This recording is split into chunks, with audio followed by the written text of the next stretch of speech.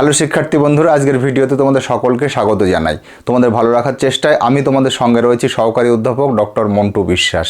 আজ আমরা আলোচনা করব তোমাদের যে SEC মুদ্রণ ও প্রকাশনা পেপারটি রয়েছে, সেই মুদ্রণ ও প্রকাশনা পেপারের একটি গুরুত্বপূর্ণ বিষয় কভার বা বুক জ্যাকেট সম্পর্কে। এই চ্যানেলের মাধ্যমে মুদ্রণ ও প্রকাশনা পেপারের একটি সাজেশনও আমি তোমাদের দিয়েছি। ডেসক্রিপশন বক্সে তার লিঙ্ক আমি দিয়ে দিচ্ছি, তোমরা সেখান থেকে দেখে নিও। সেই সাজেশনটির মধ্যেও এই কভার বা বুক জ্যাকেট সম্পর্কে টিকা লিখতে দেওয়া আছে। তাই আলোচনার বিষয় ছোট হলেও পরীক্ষার ক্ষেত্রে কিন্তু এর গুরুত্ব অনেকখানি।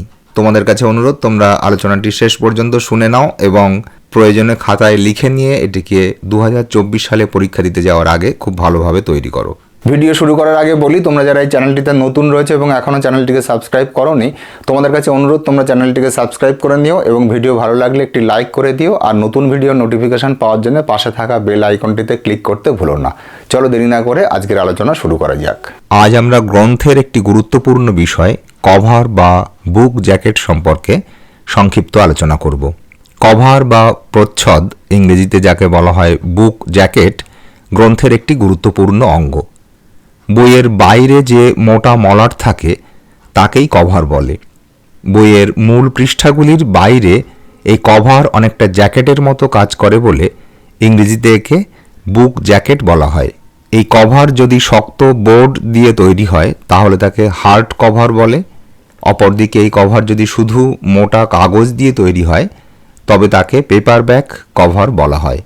কভার দেখে বইয়ের বিষয়বস্তু সম্পর্কে প্রাথমিক ধারণা পাওয়া যায়। কভার বা প্রচ্ছদ কোনো শিল্পীকে দিয়ে আঁকা যেতে পারে কিংবা আধুনিককালে কম্পিউটারের সাহায্যে বিচিত্র ও আকর্ষণীয় কভার তৈরি করা যায়।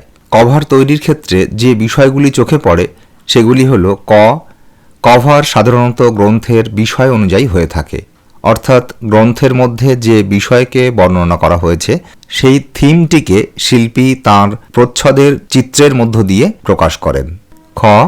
অনেক সময় গ্রন্থের ভিতরে ব্যবহৃত কোনো বিশেষ বিষয়ের নামকরণকে ব্যবহার করে কভার তৈরি করা হয়, অর্থাৎ গ্রন্থের মধ্যে বর্ণনীয় প্রধান যে বিষয় তার সঙ্গে যুক্ত কোনো নামকে ব্যবহার করে কভার তৈরি করা হতে পারে। সেক্ষেত্রে হয়তো নামটিকে বারে বারে বিভিন্ন স্টাইলে লিখে ব্যবহার করে প্রচ্ছদটিকে সাজানো হতে পারে।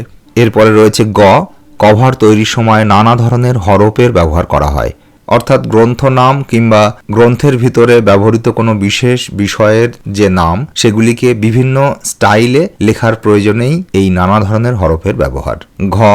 কভারের গায়ে প্রকাশনা সংস্থা তাদের নিজস্ব প্রতীক বা লোগোকে নানাভাবে ব্যবহার করেন, অর্থাৎ যে প্রকাশনী থেকে বইটি বের হচ্ছে সেই প্রকাশনা সংস্থা তাদের যে নিজস্ব প্রতীক বা লোগো রয়েছে সেটিকে প্রচ্ছদের গায়ে ব্যবহার করেন।